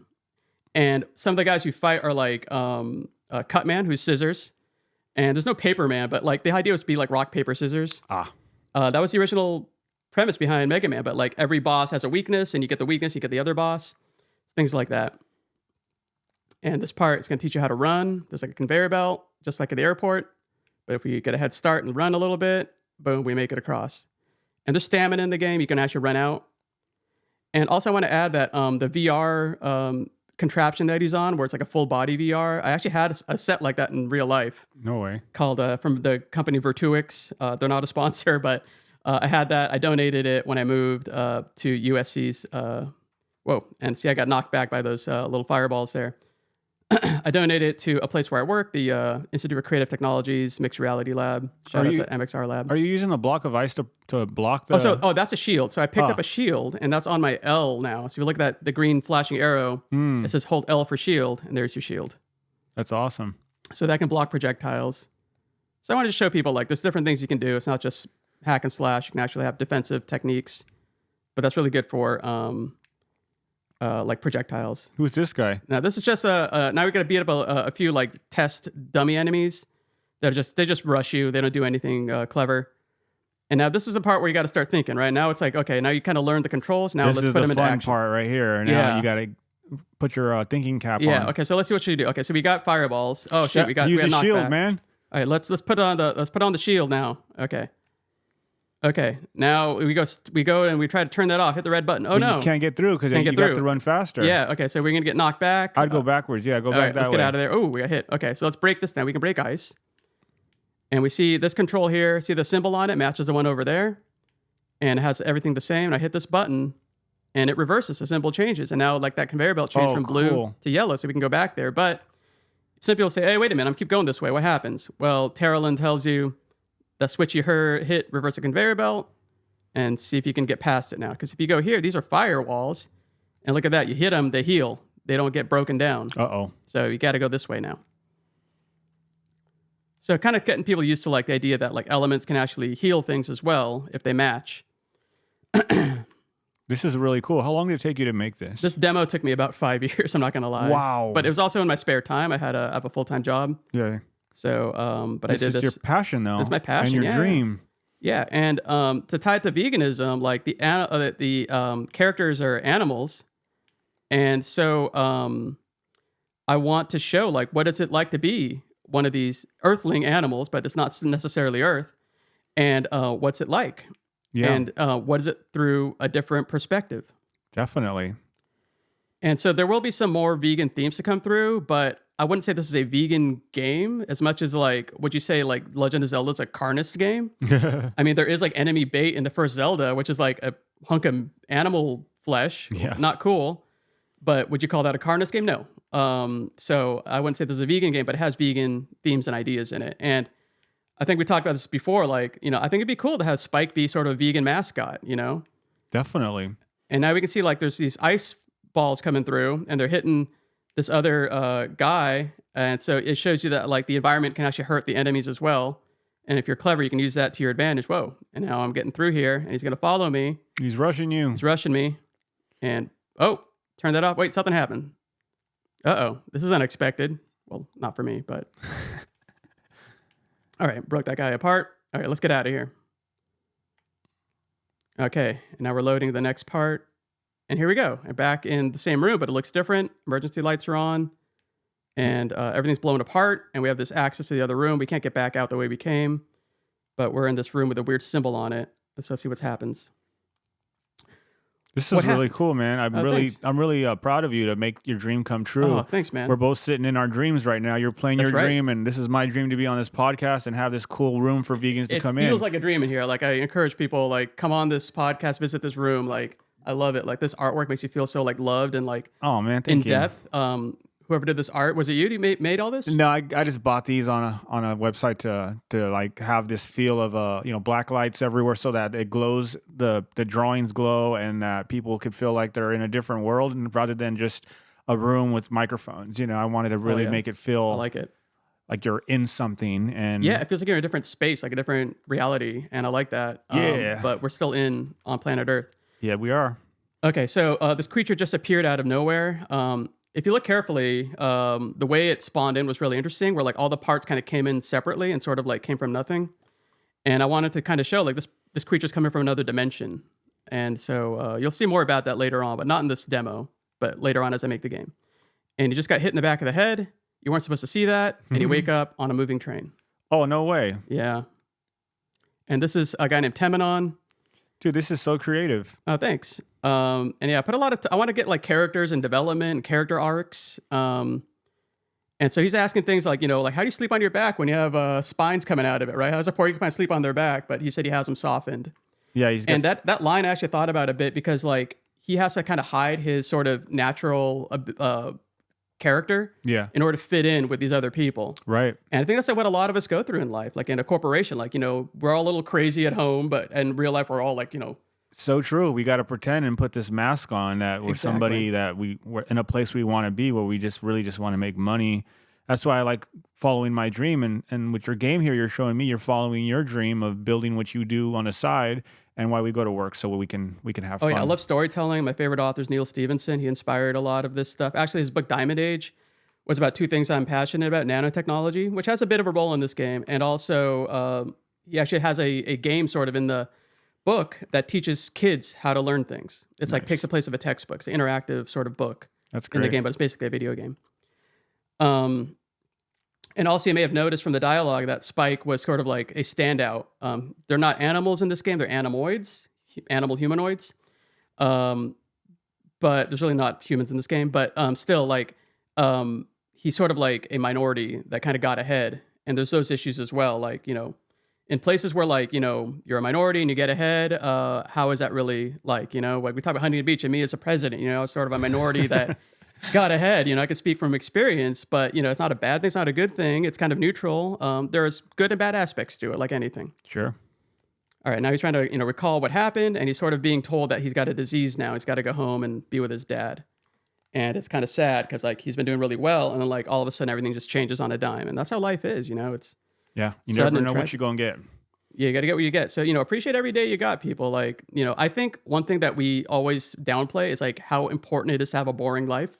Mm. Crazy, right? But when you have a life that's predictable and there's dependence, be grateful for that. Because when you have a crisis going on in your life, every day is not boring. That's so true. Every day is exciting in the worst possible way. Yeah. I don't know if exciting is the right word, but it's freaking stressful, man. Yeah. Like I remember like trying to find a place and not knowing where I'm gonna live. There you go, And yeah. every day thinking, where am I gonna go? Where am I gonna go? And being Yeah. in that type of predicament is very, very overwhelming. Yeah, and people don't get like, we talk a bit about health. We know veganism is not about health, but it's a very important part of it. Mental health. Mental health is very important, but in terms of physical health, like avoiding heart disease, brain disease, anything that has to do with like our arteriosclerosis, blood vessels thickening, it's important to like avoid those diseases as much as possible. Throw all your effort behind that because you not only hurt your own life, you hurt those around in the family around you, your loved Sure. ones. They have to sacrifice a lot That's a whenever great you go point. through a medical issue. Yeah. And they will never complain about it and they'll never blame you for it because they do it out of love, as everyone should.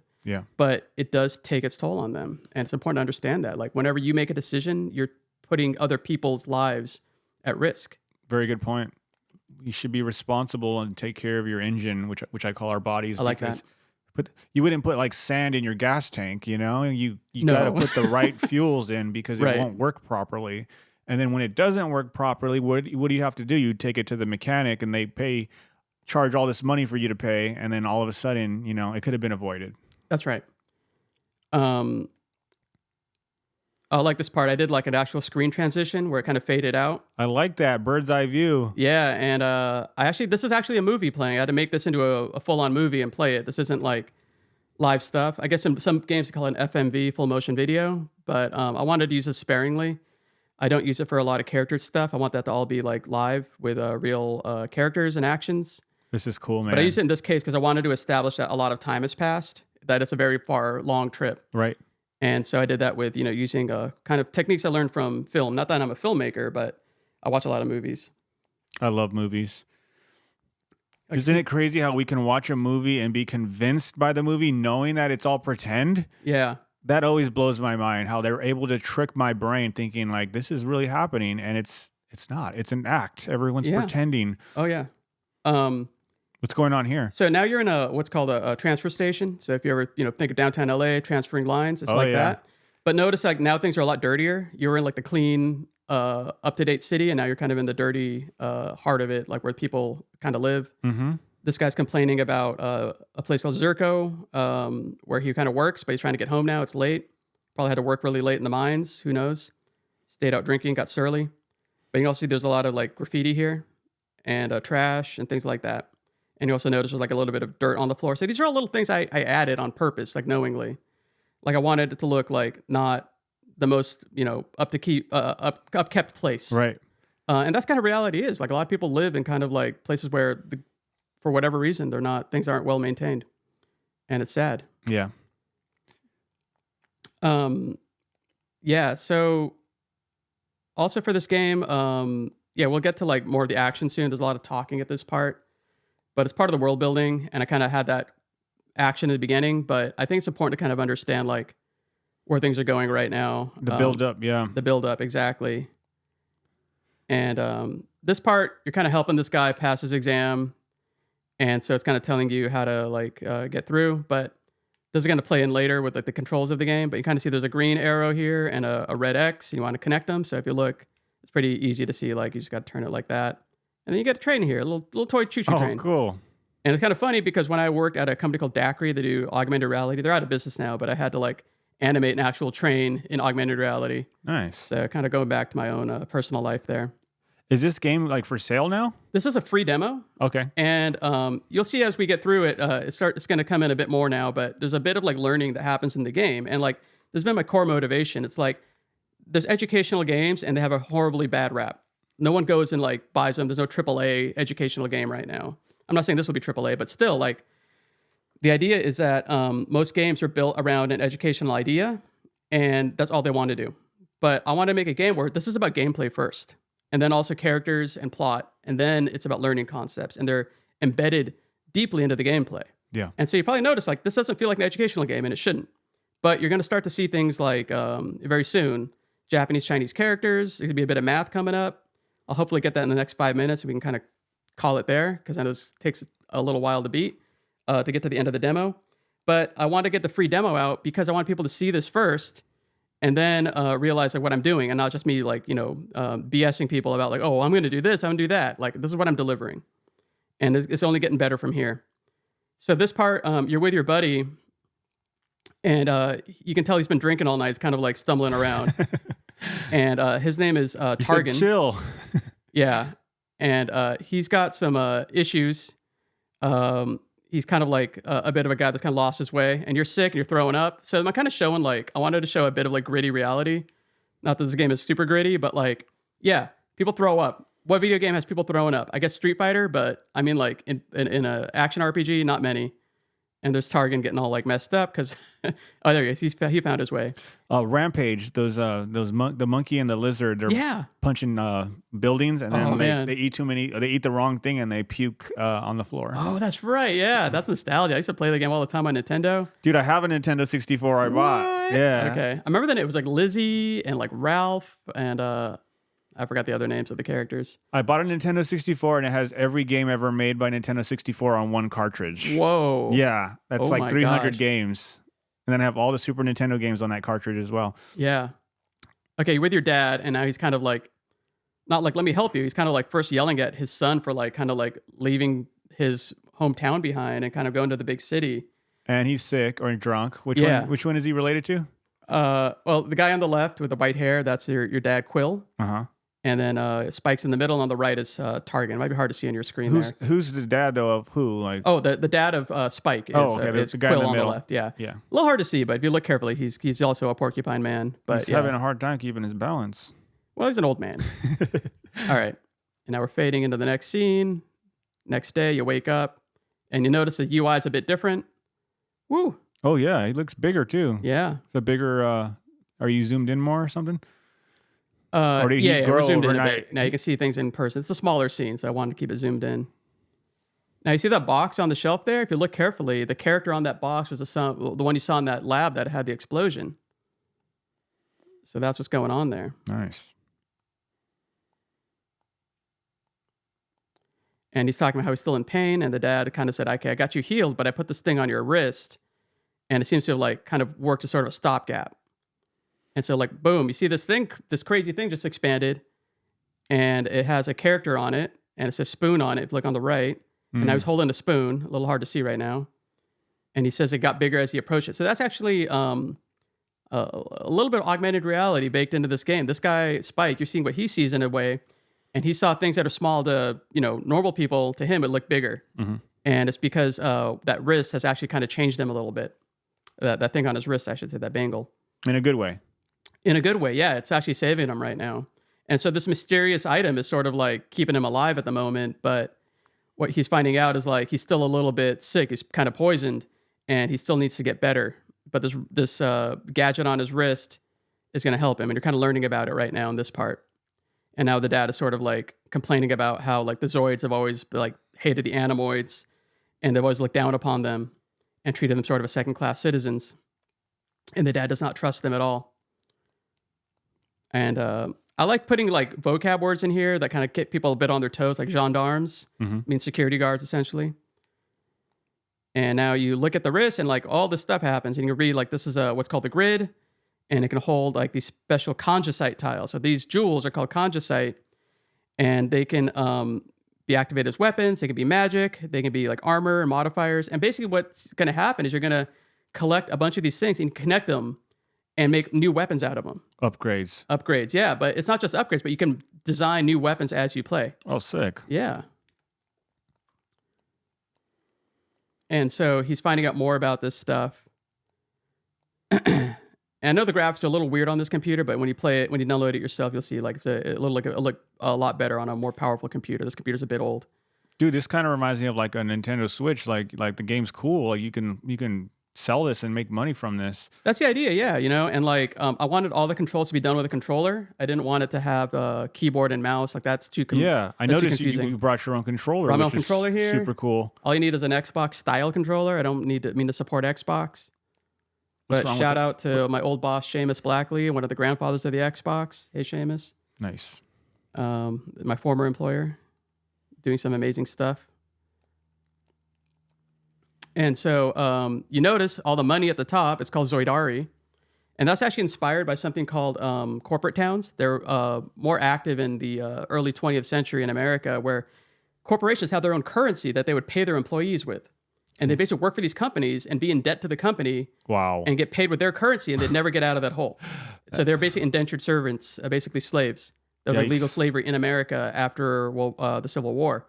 It's not that bad in this game, but it does, it's a bit reminiscent of it. So you kind of realize like you don't have enough money anymore, and you can't even get on the train because you can't afford a train ticket. And all you got is the cash in your pocket that you picked up. And all the digital currency you had was taken away. If you look in the bottom right, it says like your liver's damaged. So you kind of have like the status screen. Kind of wish we all did that. Like you wake up and you're like, oh, what's my status? Oh, I'm going to get sick in 2 days. That'd be nice, right? Yeah. And also you notice there's solar regen. So a lot of games, they have like mana regeneration, health regeneration. And it's like, where does that come from? Oh, it's just there. But I wanted to put logic in this game. Like actually, when you're in the sun, this thing on your wrist, the grid, actually knows how to convert that into energy that you can use to keep yourself sustained. Like a solar panel? Kind of like a solar panel for a human or a leaf for a plant. Nice. Why not? And my ADHD brain is going to say, like, there's actually an animal that uses photosynthesis, a special snail that eats, I guess, a bunch of chlorophyll, and it turns that into energy for itself. Nice. All right, so now we're in the town. This is a bit like, I won't say like open world, but you can kind of explore here and go around. And we'll wrap this up in a bit, but I'm just going to like quickly go through and show off a few things. Like you can talk to Targan's dad, Garnet. And he says that, Targan was drunk, and now he thinks that, Targan thought Spike was throwing up because he was drunk, and Targan was too drunk to understand what was really happening. That Spike was actually sick, and now Spike is looked at as sort of a bad influence. So, like, a lot of games are like, oh, you're the hero, save the day. Nothing wrong with that, but this isn't one of those games. Like, I wanted there, like I said, to be a bit of grit to the game. And then you can also see, like, there's people here we'll run into in a sec. And, oh yeah, notice like there's a fire hydrant. Like, I wanted there to be, like, things that you don't even think about that kind of are there. So this is, like... detailed, yeah. In real life, when you can hear people talking and you just kind of, like, walk past them. When you walk too far away, you don't hear it anymore. I wanted this to be like that. Like if you're like close to these people, you can overhear their conversations. That's awesome. And so there's like a lot of different ways that dialogue happens in this game.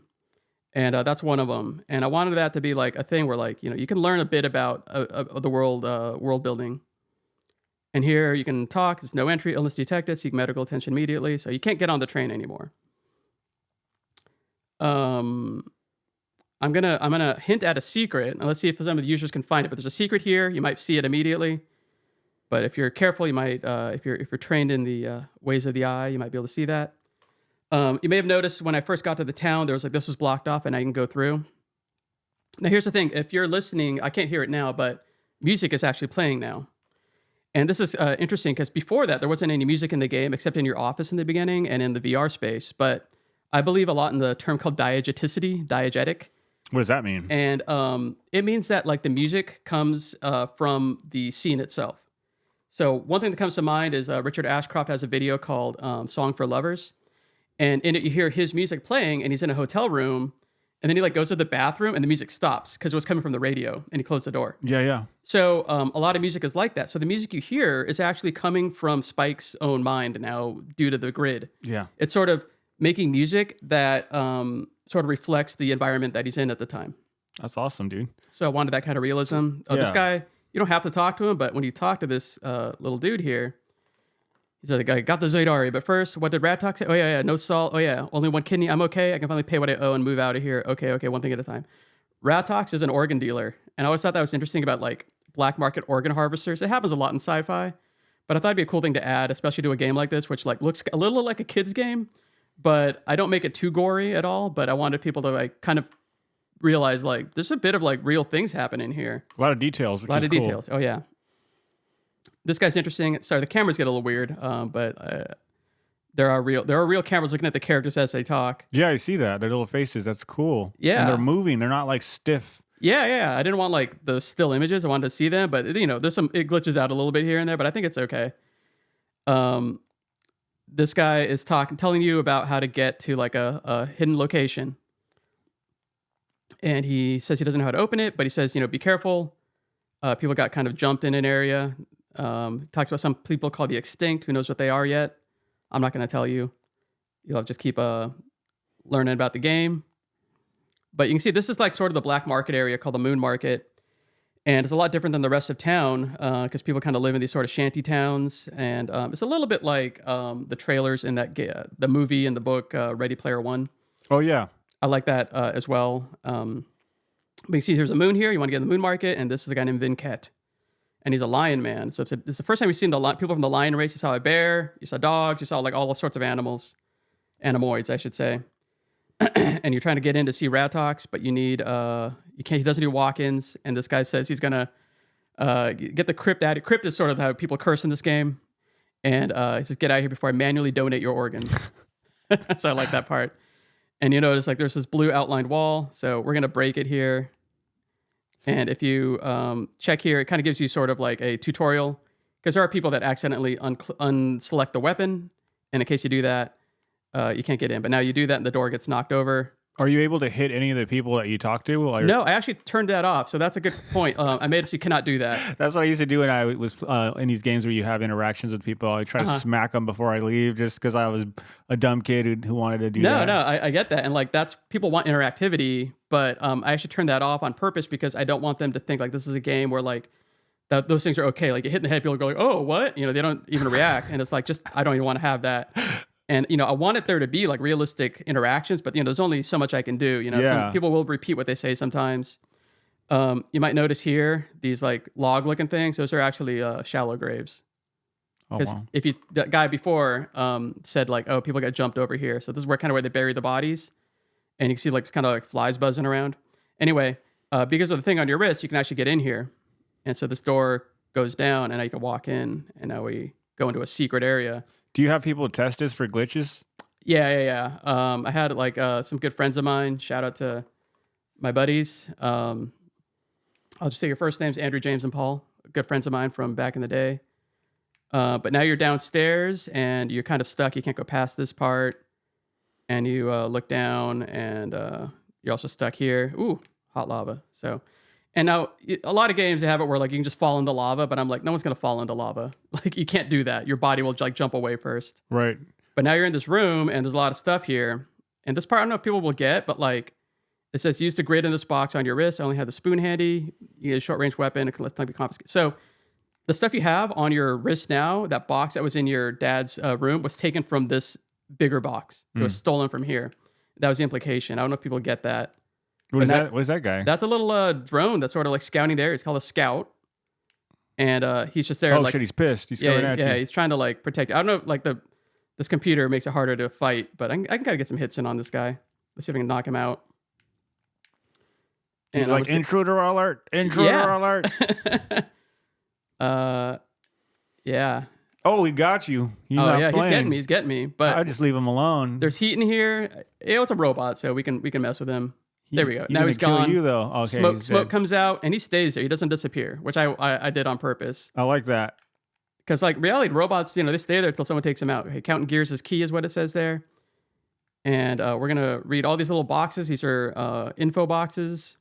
The grids print solid implements in 3-dimensionally on demand using mana. When you push an item around, your melee implement will retract and it will require more mana to recreate. So the spoon in your hand didn't come from nowhere. It actually regenerated.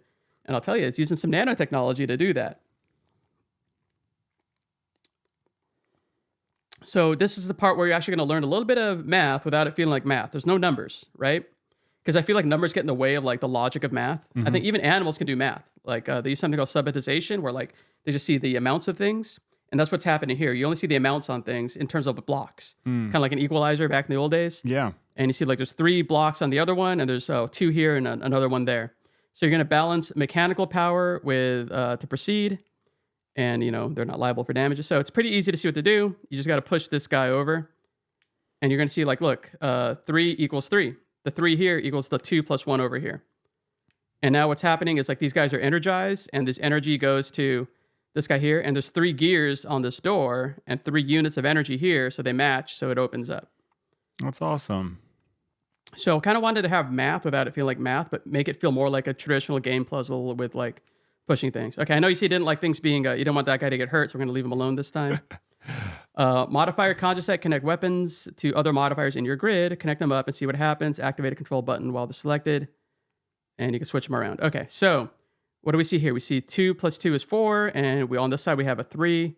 We can't move this 3. So what do we need to connect 3? What do you think it is, the top one or the bottom one? Let's see here. If I put my math cap on, I'm going to Let's see here. say, I'm going to take a wild guess. Uh-huh.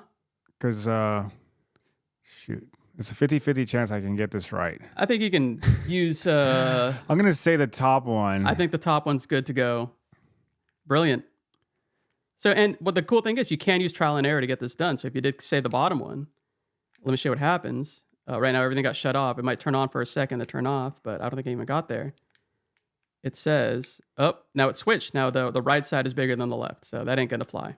So he's still in the same predicament. That's cool. You could still slide it, everything. Yeah. Make it all work. Watch out for robot guy. Uh-oh. All right, Scout, get away from me. Oh, no, it's chasing me. Oh, damn. He's not playing. Oh, man, yeah. He's like the popo of this place, right? Just chase you down when you look funny. Oh, shit, he's pissed again. You know what? I'm going to leave him alone like you told me to. Yeah, man. Let there be peace within humans and robots and animals I like and that. robots. All right, so that thing, watch, if I get away from it, let's see if I get far enough away. There it goes, shrinks down again. Then you get close enough, and you can pick it up. And now it says in the bottom right, you got the eye modifier. And inside that little flashing thing tells you, like, there's a little tutorial to go through. So you activate A to rotate the spoon. And I'm pressing A here, and got it moved to the right, so it's pointing at the eye. Now I move the eye, and boom, they connect. And now I got an eye modifier on the spoon. And I can actually assign a button to it, but there's already an X button assigned to it to rotate the spoon, but I can rotate the modifier if I wanted to with, let's say, the Y button. Oh, sorry, I'll use the B button. There's no Y. So now it changed color, and there's a little rotation icon in it. If you look in the upper right, it tells you can rotate that. So what that means is I can rotate this while I'm walking around, like right here. And it kind of auto-rotates to go to the closest match. Now, actually, we're going to hit Mr. Robot here just for demonstration purposes. You see that? At the bottom, it tells you what he's about. His name is Scout V.0. He has 8 out of 10 hit points left. He's robotic in nature. He's immune to fire, vulnerable to ice. So, okay, I'm getting the hell away from that guy. So we're at the first save point here, and there are save points in the game. That's a decision I made. So like, I want to make a game that's more like in the style of like Squaresoft games where you can't really like screw up your game so bad you have to like start over. Yeah, that's hard. I hate that. Yeah. I wanted like there be clean game design. So I'm going to save and continue real quick. That's great. Yeah, you definitely want to save your status where you're at. Yeah. So I'll do one more puzzle here and we'll kind of call it for now. And then I'll let there's a lot more. This is kind of scratching the surface.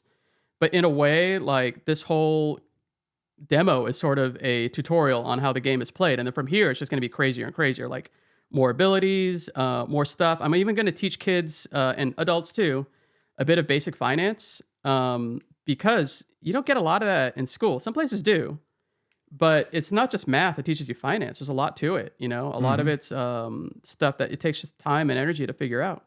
But what happened is just now, this has a 1 on it. This has a 1. And this is a little weird, but this is a multiplier. This multiplies it by 4. If you look at the symbol, you see like 3 little dots converge and make a bigger dot. That's kind of like multiplying things together in a way. So now when it's 1 on 1, you can open the small box here, but it's not enough to open this door here because you need 1 plus 3, 4 units total. So how do we get 4 units? Well, what we can do is move this multiplier back. And what you can do in this part of the game is you can do a lot of trial and error. Like I want people to guess and check because part of the game design is to make it like a lab practicum. Like just try things. You don't want to make it too simple. Then people are not going to be too interested. But when you're more thought process, you're going to be more intrigued to want to learn how to solve this puzzle. Right. When there's plot, your characters, you want to see things progress. You want to get places. You want to discover new things. And like in school, a lot of times you learn something. You're like, why do I need to learn this? But in this game, you're going to learn something and you're going to use it almost right away. And it's going to get you a new item. It's going to get you past an obstacle. And so in this one, you saw like I had to figure out what number to put on that item to get it to 4. And it was like 3 plus 1 is going to be 1 times 4. That's basically the math problem here. And again, you can just do this with trial and error until you get it right.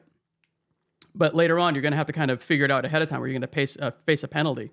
And that ain't going to be cool, but you'll still get through it. It's not going to be so hard that you can't get past it. But I wanted something where like you could try things, fail, and try again. Because in school, there's a lot of like, you better get it right for the test or you're screwed. Yeah. And then you're behind. And then what happens? You get more behind and more behind and more behind. Right. And it really takes, there are people that get past that and they really do learn. And there's a lot of great teachers out there, don't get me wrong. But like, I feel like a lot of kids aren't really motivated right now, especially in this age of AI and calculators and computers. Are like, why did I learn all this stuff? Computer will do it for me. Yeah, everything's going to be handmade for everybody. Right. But let me tell you, like putting this together, like a lot of stuff I learned I didn't think would be useful ended up being kind of useful. And don't be afraid to have extra knowledge, people. Like it does serve you good in life. And it's nothing wrong with learning more about just how the world works. Definitely. Like, Skills, yeah. Like what if we were all like just completely comfortable? What would we do then? You know, if you had everything you could wish for, what would you do then with your life? You have to ask yourself that question. Yeah. You know, if you had all the food you wanted, all the money you wanted, you know, would you just spend it all? Would you have all these cheap thrills? No, ask people who win the lottery. They're miserable. Yeah. Because they didn't think about that well enough. But you find people that have nothing but books or something, and they're happy. I call them the wealthy people. You know why? Because they're doing what they want with their time. They have time wealth. They know exactly what they want to do with their life. That's all I really want is time so I can create more stuff. 100%. If I had more time and not have to worry about a financial gain, I'd be like, that'd be my happiness. But that's all part of the life situation that we're in. Yeah. And, I'm going to leave the game here, but like, I want to wrap it up with that point because that's exactly what it's all about. I think that's like the underlying theme of this whole conversation, which has been amazing. Thank you. Dude, thank you, man. Yeah. That's a freaking amazing game, dude. I Thank love you so it, much. bro. Yeah, I don't think of myself as a game developer, honestly. Like, I'm a guy that makes games, but like, I'm just a student of life, you know? Like, I want to learn things. Every day we learn something. I want to do something with it. And like, let's find our happiness. Let's create happiness for others.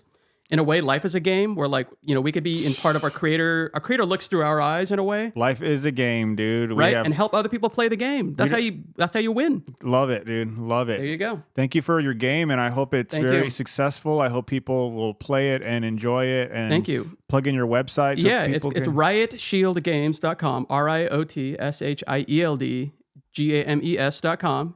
I have 4 titles on there. One of them is actually something I made just for Plant-Based Treaty. Oh, called A Stitch in Time. If you go to the homepage, you can see it there. And that's actually a VR, but also a PC experience. Oh, just click the upper left corner. This? Yeah, right there on the logo. Perfect. And if you scroll down to the bottom there, you'll see like it says Plant-Based Tree, or it says A Stitch in Time. And yeah, there's my other games, Kanji Drop, Chinese Drop. Everything's free. All my games are free. I don't make a lot of money from them. I have a day job, but there's Stitch in Time up there.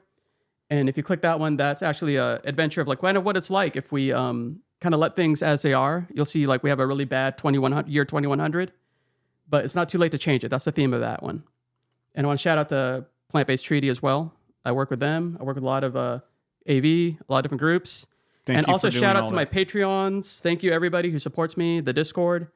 You're all amazing. Thank you all for your support. If you want to support me, visit my website. You can sign up for the Patreon for free. If you don't want to support me per month, I'd appreciate it. Of course, you did. You don't have to, but spread the word. You know, support vegan creators. You know, if you're watching this video, support Lou. Oh yeah. Watch his videos, like them, comment, subscribe, please, and let's all support each other. Make a world better for everybody, Earthlings and humans alike. Thank you. Well said, bro. Jeez. Couldn't put it better myself. And we need more games with puking in them. Thank you. Oh, love the sound effect. Better than the one I used, but probably I'm happy with the one I used. I think this would actually turn people away from the game too much. I had to throw a joke in there before I love it. Wrap this pod I don't up. like puking, but I like the sound effect. Yeah, the future is ours. Thank you guys for listening. Planet Vegan Podcast. You can check us out on YouTube and also Instagram. So follow that. I'll plug in all those links in the description. You know where I'm at. Every week I'm chilling with some vegan. This wonderful vegan right here is part of my show today. And dude, let's do it again. Oh, I'd love to. Yeah. Let's keep it going. And we out.